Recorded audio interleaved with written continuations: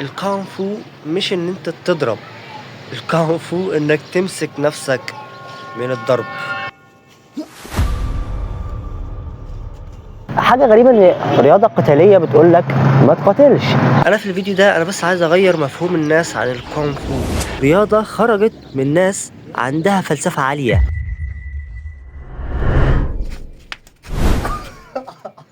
اتمنى تاخد الفيديو ده على محمل الجد، يعني هحاول اغير فكرك عن الرياضة دي.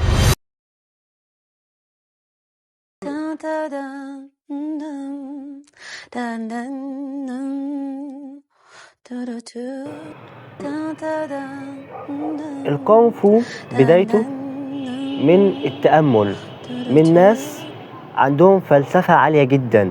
الناس دول ما كانوش بيعرفوا يدافعوا عن نفسهم، فمرة واحدة قعدوا يتأملوا في الحيوانات، اسلوب الأفعى، اسلوب النمر، الأفعى بتقاتل ازاي، النسر بيقاتل ازاي، فبدأوا يجمعوا الحركات دي ويعملوها رياضة يدافعوا بيها عن نفسهم، بعيدا بس عن ان هم متعلموش الكونغ فو من الحيوانات بس، لا هم اتعلموها من كل حاجة، اتعلموها من الأطفال، من الكبار، من ازاي بنعامل غيرنا، ازاي بنحترم كبيرنا. حتى الأطفال بتعلمنا ازاي نقاتل. جرب دلوقتي امسح مناخيرك زي الطفل الصغير مثلا دلوقتي، أقوى. جرب اضربني تاني.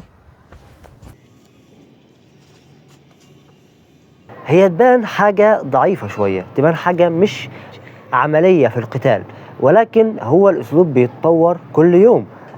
فحاليا أعتقد إن هم طوروا الحاجة دي كويس جدا. شريف، الكونغ فو هي احترامنا لنفسنا، احترامنا للكبير، احترامنا للصغير برضه. Kung Fu lives in everything we do, Xiao Zui. من ازاي بنعامل غيرنا. And lives in how we treat people. الكونغ فو هي كل حاجة في حياتنا. Everything is Kung Fu. الكونغ فو هو كل حاجة.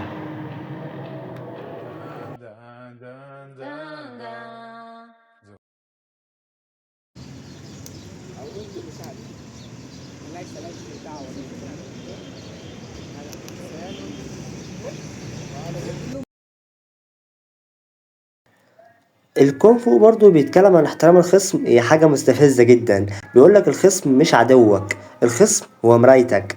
يعني بكل بساطة هو عايزك تدافع عن نفسك، بس خصمك عايزك تكون بتحبه، تكون ما تكرهوش قوي، ما تضربوش قوي. الحكاية كلها ان حتى لو انت بتموت تاخد عدوك كده وتحضنه كده، واللي هو يا عم ده عدوي، ده عايز يقتلني، ده عايز يولع في بيتي، معلش برضه حبيبك برضه ربنا يسامحه. هو في الحتة دي جدا. الحكاية ان غريبة ان دي رياضة قتالية بتقول لك ما تقاتلش، قوانينه مستفزة شوية.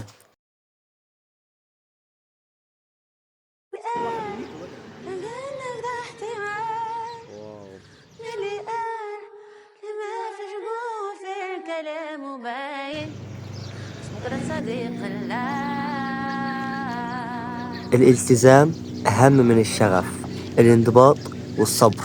يعني حركة واحدة أو وقفة الحصان دي أنت بتعملها كل يوم، حركات معينة بتكررها آلاف المرات، ولازم تعملها بانضباط شديد كل يوم نفس الحركات. الكونغ فو رياضة صعبة شوية، رياضة محتاجة تفكير، محتاجة تأمل، رياضة خرجت من ناس عندها فلسفة عالية، عشان كده مش كل الناس بتحبها. أنا لعبتها وحبيتها وعرفت أدافع بيها عن نفسي بكل بساطة. كان معاكم مصطفى صاحب المغامرة. لايك سبسكرايب لو عجبك الفيديو. شكرا مصطفى عمر، وسلام.